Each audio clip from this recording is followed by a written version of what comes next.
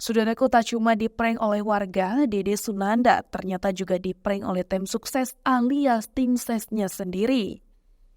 Diketahui nasib Dede Sunandar tak seberuntung rekan artis lainnya dalam Pileg 2024. Betapa tidak, Dede Sunandar sebagai satu di antara selebritas yang gagal saat mencoba peruntungan jadi caleg di pemilu 2024. Padahal dia sudah menjual 2 mobilnya untuk modal kampanye saat jadi caleg. Imbas kegagalan itu, Dede Sunandar mengaku kapok menjadi caleg. Adapun Dede Sunandar baru pertama kali menjadi caleg.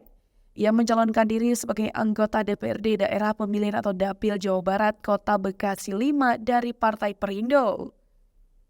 Dalam YouTube Abdel Aryan, Dede Sunandar menceritakan momen saat pemilu 2024. Ia mengaku sempat bengong 5 jam setelah meraih suara kecil dalam pemilu 2024 yang lalu. Awalnya Abdel dibuat heran dengan tampilan Dede sapaannya yang lebih rapi.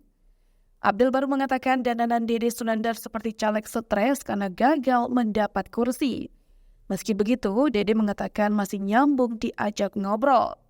Abdel pun lalu menanyakan beberapa perolehan suara yang didapatkannya dalam pemilu 2024.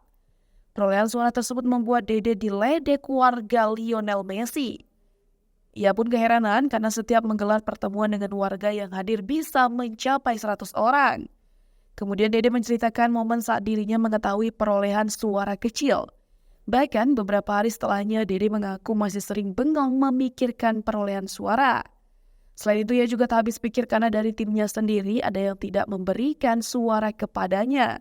Padahal timnya berjumlah 20 orang. Terlebih, Dede mengaku telah menjual 2 mobil pribadi untuk modal kampanye Pileg.